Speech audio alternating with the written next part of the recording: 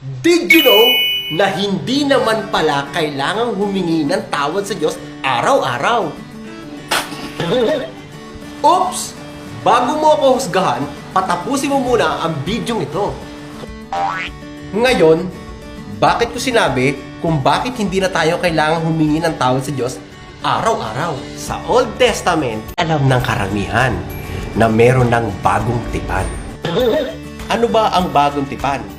Tignan natin sa Biblia. Ito, pagkatapos dumampot siya ng kopa, nagpasalamat sa Diyos at ibinigay iyon sa kanila. Sinabi niya, uminom kayong lahat nito, sapagkat ito ang aking dugo. Pinagtitibay nito ang bagong tipan ng Diyos.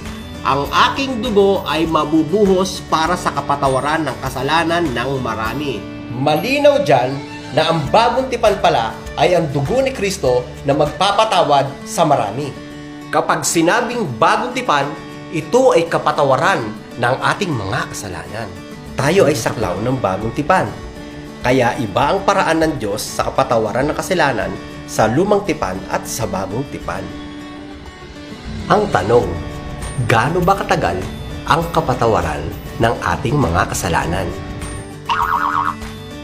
Ang sabi ng Biblia, minsan lamang pumasok si Kristo sa dakong kabanal-banalan at iyo'y sapat na. Hindi dugo ng mga kambing at guya ang kanyang hinandog, kundi ang sarili niyang dugo para mapatawad tayo sa ating mga kasalanan magpakailanman.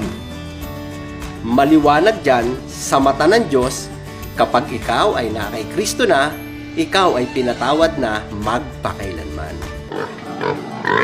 Kapag sinabing magpakailanman, means walang katapusan.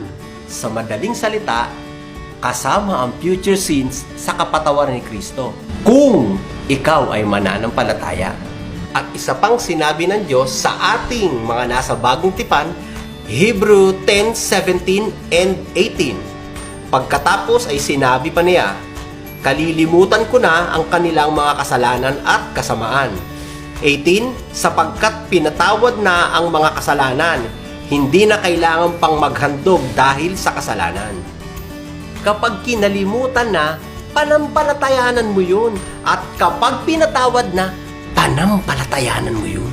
Kasi kung hingi ka ng hingi ng tawad, ibig sabihin nun, wala kang pananampalataya kay Kristo. Kung wala kang pananampalataya sa ginawa ni Kristo, aba, tanungin mo yung sarili mo kung ligtas ka nga.